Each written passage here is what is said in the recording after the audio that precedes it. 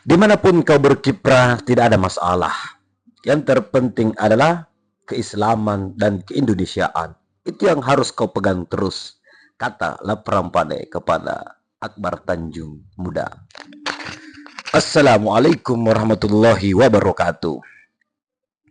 Baik teman-teman, pada video kali ini saya akan membagikan video di mana lagi-lagi Rocky Gerung menggemparkan dunia persilatan akal sehat. Beliau diundang ke pondok pesantren yang ada di Sulawesi Tenggara. Dan ternyata menuai tanggapan dari fungsioner kami, Kors alumni HMI, Himpunan Mahasiswa Islam yang ada di sana. Karena menurut beliau, kehadiran Rocky Gerung di tengah-tengah masyarakat pesantren itu dianggap aneh. Sebab rasionalisme Rocky Gerung itu mirip-mirip dengan René Descartes. Seperti apa videonya? Mari kita simak bersama. Check it out. Dan berbagai kasus. Nama saya Zainal. Saya sebenarnya tadi sore baru tahu ada acara di sini. Justru diberitahu anak saya yang kuliah di Jogja. Kemudian oleh kawan-kawan lewat WA tadi. Jadi saya tertarik karena saya melihat banyak keanehan. Keanehan pertama itu adalah pesantren mengundang Rocky Gerung berbicara logika, berbicara akal sehat.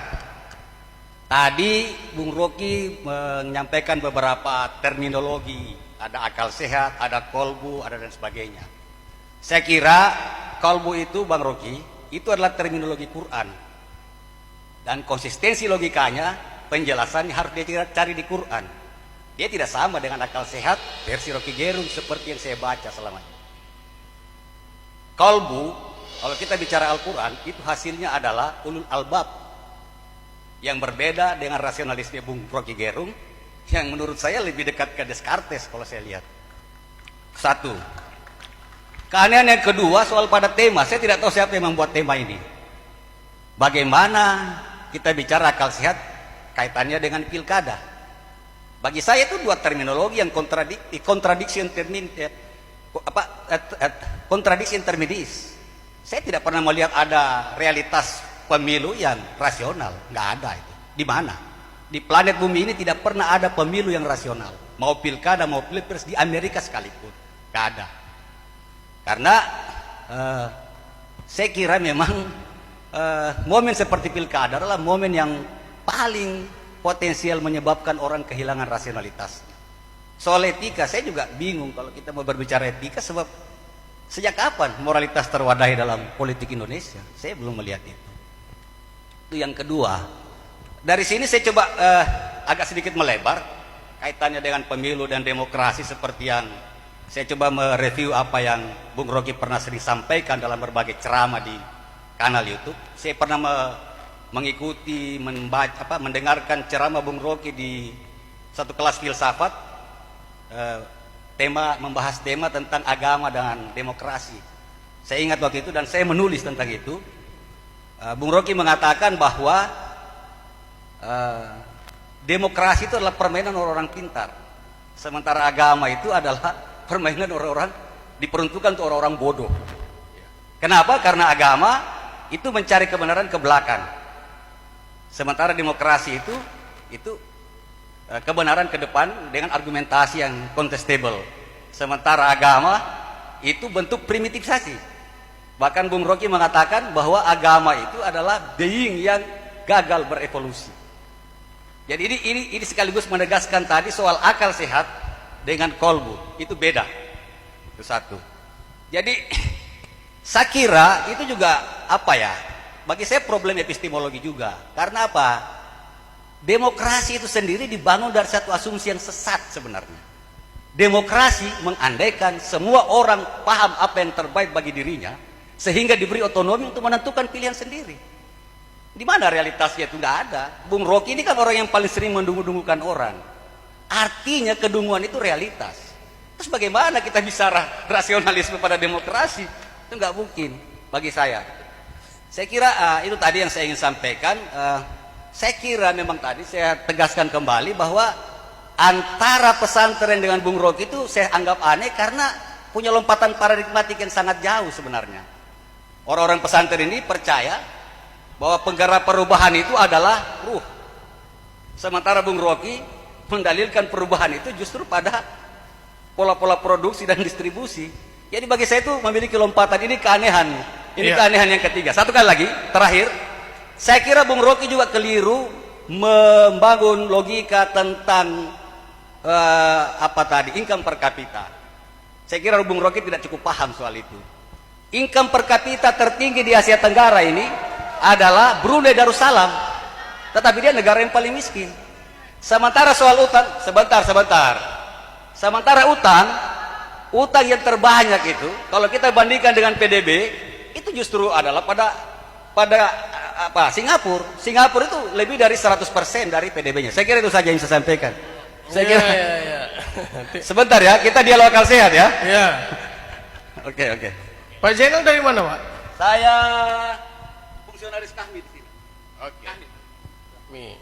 Alumni HMI. Oke, terima kasih ya, ada dosen baru. Saya mulai menerangkan ulang ya, yang dari belakang yang terakhir. Saya tidak membandingkan Singapura dengan Indonesia. Saya bandingkan Malaysia dengan Indonesia. Kan kalau Anda kritik, Anda mesti ucapkan, saya salah membandingkan Indonesia.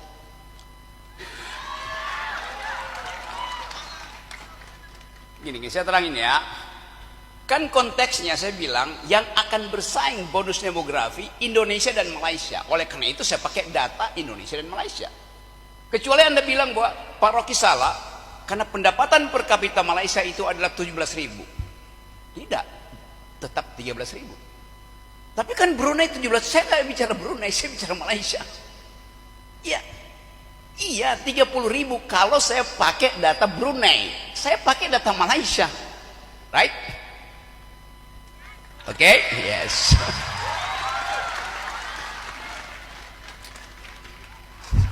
Satu hal itu. Yang kedua soal apa tadi? Apa?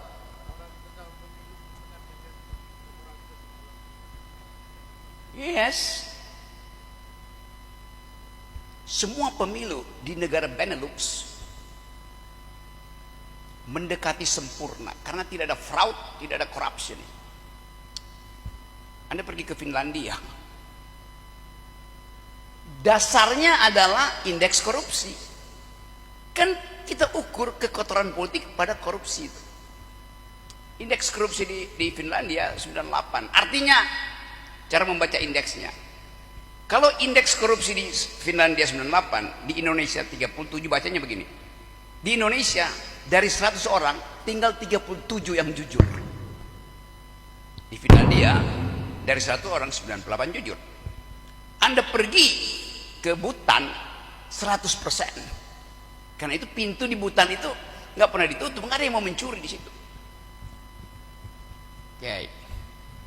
Jadi perbandingan itu saya maksudkan supaya kita mendekati Finlandia, supaya kita mendekati Singapura, mendekati Amerika. Kan begitu yang saya terangkan.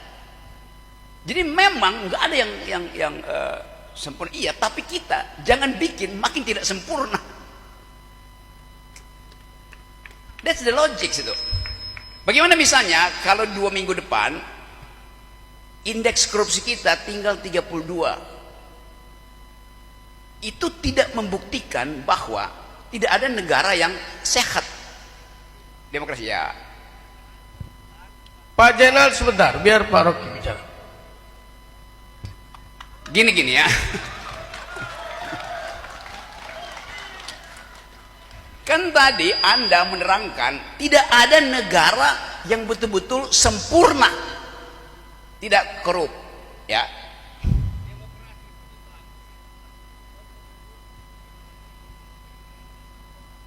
Oke, saya terangkan pelan-pelan ya.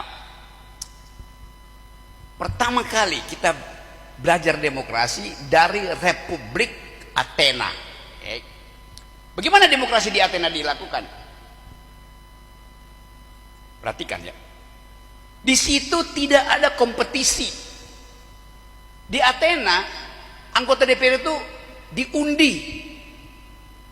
Kalau Anda terundi, semua kita setuju, Anda pergi ke DPR. Karena prinsipnya adalah semua warga negara punya kesetaraan kejujuran, kesetaraan etis.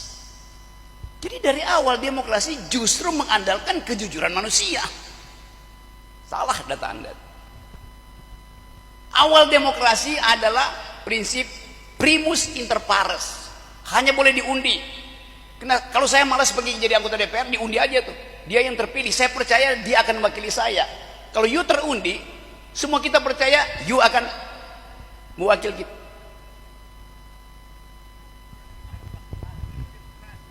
Iya, saya ngerti itu, bahwa akhirnya ada kompetisi.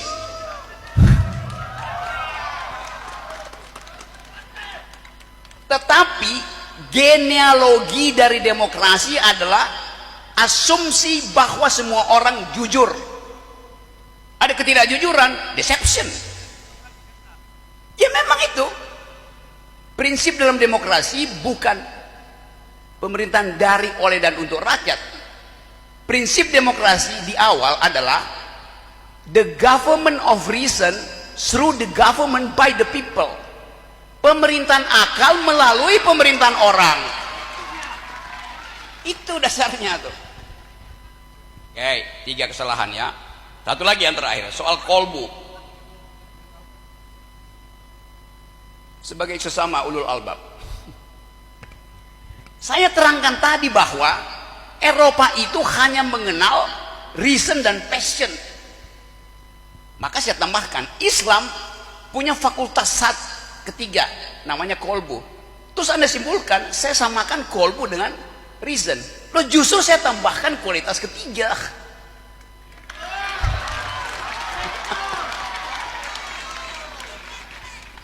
Itu maksudnya.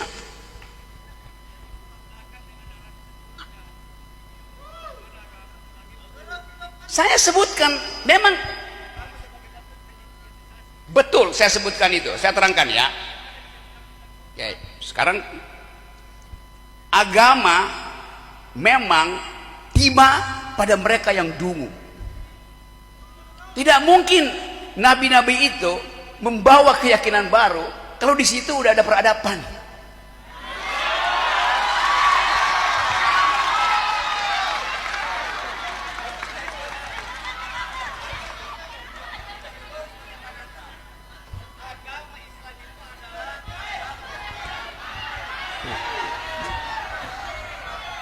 Pak Zainal, tenang dulu Pak Zainal. Agama Islam tiba. Oke, saya terangkan realitasnya ya. Realitasnya Nabi Muhammad membawa Islam pada kaum jahiliyah. Oke. Sudah cukup ya Pak Zainal ya.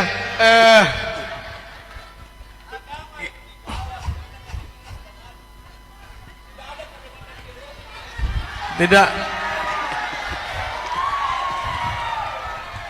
Pak Zainal silakan duduk dulu.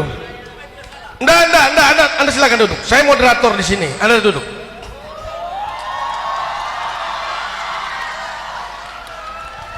Saya moderator. Jadi saya kalau pembicara aja Anda sudah saya debatin juga. Soal Rocky tidak cocok Anda di pesantren karena ini bicara akal sehat, sementara pesantren tidak bicara tentang akal sehat, Anda bilang. Salah. Surah ayat pertama yang turun dari Quran apa? Islam mengajarkan tentang Iqra, itu tentang ilmu pengetahuan. Jadi akal sehat itu diperlukan dalam agama. Jadi pesantren mengundang ini karena mereka memang ini akal sehat mereka. Saya moderator, Anda duduk. Saya moderator, Anda duduk. Anda berdebat sama saya. Anda berdebat sama saya setelah ini. Di luar forum ini kita ketemu, kita berdebat. Oke, kita tenang ya. Saya bahagia bahwa pesantren mau mengundang akal sehat karena pada dasarnya agama Islam itu adalah bicara tentang akal sehat. Ternyata ngeri kali guys ya. di mana Bang Zainal ini seakan-akan tidak terima dengan pernyataan Rocky Gerung yang menyalahkan 3 poin dari argumentasinya. Dan tampak juga Bang Zainal ini ingin merebut mic dari moderator. Sepertinya ia ingin terus berdebat dengan Rocky Gerung. Baik, jadi menurut tanggapan teman-teman, apakah Rocky Gerung layak untuk diundang ke pesantren-pesantren yang ada di Indonesia yang berlatar belakang atau notabene-nya adalah Islam? Nah, sedangkan kita ketahui Rocky Gerung itu ya sampai sekarang identitas keagamannya itu sebenarnya ditutupi. Ya, secara formalitas ya katanya beliau itu adalah Kristen. Ya, silahkan cantumkan di kolom komentar. Mungkin cukup sekian video dari saya. Sampai jumpa di video selanjutnya. Jangan lupa like, share, subscribe. Assalamualaikum warahmatullahi wabarakatuh.